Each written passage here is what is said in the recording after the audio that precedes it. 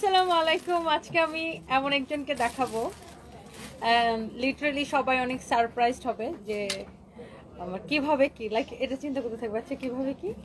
Okay so let's see আমার সাথে কে আছে, আমরা একটু গেস করেন তো আমার সাথে কে থাকতে পারে। আচ্ছা আমি একটা ক্লু দেই, রাজশাহীর মেয়ে, রাজশাহী থেকে আমার কাছে কে আসছে আমি একটু ক্লু দেই। সবাই একটা একটা করে লাভ লাইক ওয়াও দিয়ে দিন। আমি এখন লাইভ আসছি ফরএভার টনি থেকে, আমি একটু লাইভটাকে শেয়ার করে নিই জট করে। সবাই একটা একটা করে লাভ লাইক ওয়াও দিয়ে দেন। হ্যাঁ ইমন শোনো, আমি তোমাকে একটা কাজ দিব, আগে একটু আসো। শোনো আমার আমার ফোনটা তোমাকে দিব একটা, আমার পাসপোর্ট আসছে কানাডা এম্বাসি থেকে, ডেলিভারি আসছে। তুমি পাসপোর্টটা ওই ছেলেটা নিয়ে আসতেছে, তুমি ওকে এখানে নিয়ে আসতে বলবা। হ্যাঁ দাঁড়াও, আমি তোমাকে আমার ফোনটা দিতেছি ওর সাথে কথা বলার জন্য। কে আসছে আমার সাথে একটু বলেন তো দেখি। নাও তুমি এই নাম্বারটাতে ফোনে কথা বলো, বলো এখানে নিয়ে আসতে, ওরে দরকার লাগবে আসেন আপু। দেখেন রাজশাহী মেয়ে, আমি ক্লু দিছিলাম কিন্তু আজকাল ফেসবুকের কি হয়, লাইভে গেলে অনেকক্ষণ কারো কমেন্ট দেখা যায় না, অনেকক্ষণ পরে আস্তে আস্তে করে ভিউয়ার্স বাড়ে।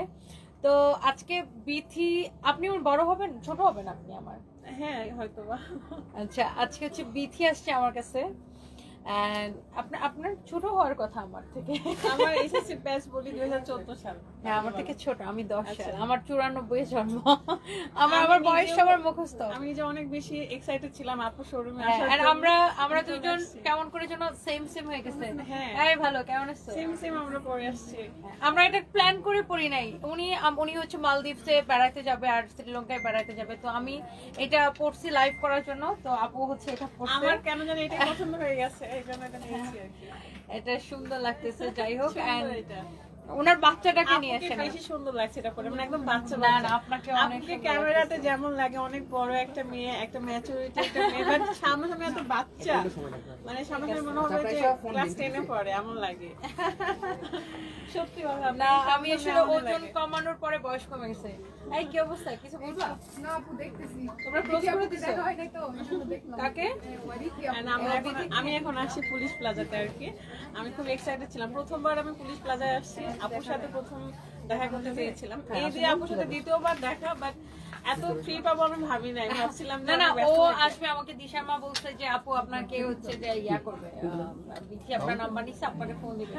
তো আমি তখনই জাস্ট হোয়াটসঅ্যাপে চেক করছি, চেক করে দেখলাম যে তুমি অলরেডি আমাকে নক করছো। তো আমি ভাবছিলাম ও আচ্ছা, আমি আবার হচ্ছে খবর ছাড়া আমার ফোন কই পড়ে থাকে, আমি কই পড়ে থাকি কোনো ঠিক নেই। যেহেতু পুলিশ প্লাজায় আসবো আর আপুর সাথে দেখা করবো না, এইজন্য না আমি ওর জন্য পরে আমি তাড়াতাড়ি করে লাইভ শেষ করে দিয়ে তাড়াতাড়ি করে আসছি, এন্ড আমারও খুব ভালো লাগছে। আর আমি আসলে রাজশাহীতে আপু আমাদেরকে ধোঁকা দিয়ে সে যায় না এবার, যে আর স্মৃতিকে, আল্লাহ স্মৃতি তো মনে হয় বলবে আমাকে যে আরে খবিস মহিলা।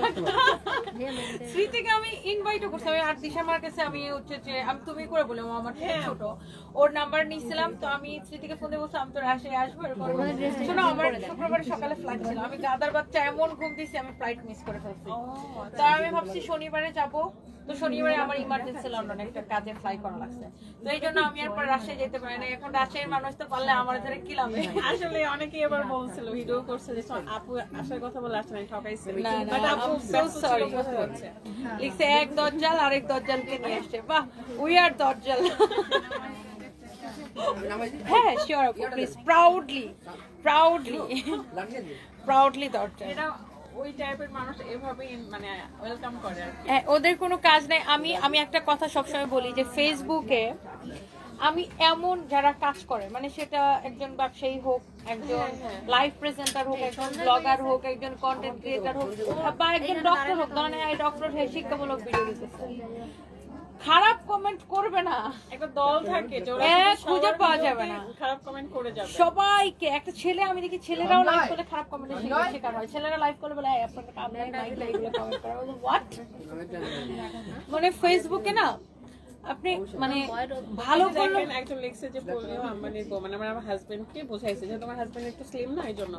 তো এরা হচ্ছে মানে কেমন করে, তারপরে তো আম্বানি তো ভাই, পোলিও আম্বানি হোক তারপরে আম্বানি তো। হ্যাঁ আমার কথা হলো যে কোন ভাগ, কোন দুই ভাই কোন চেকের বাল আব্দুল্লাহ সেটা বল। মানে এত খারাপ মানুষ, কিছু মানুষ, নট সবাই, বেশিরভাগ মানুষই ভালো, বেশিরভাগ মানুষ ভালো কমেন্ট করে। এটা ফেস যদি পরিচিত হয় মিডিয়াতে তাহলে বলছে আপনার নামে কেমন কমেন্ট আসবে বুঝাই যায়। হ্যাঁ ও মা, আমাকে তো কত রকমের ব্যবসায়ী বানায়, কত কিছু বানায়।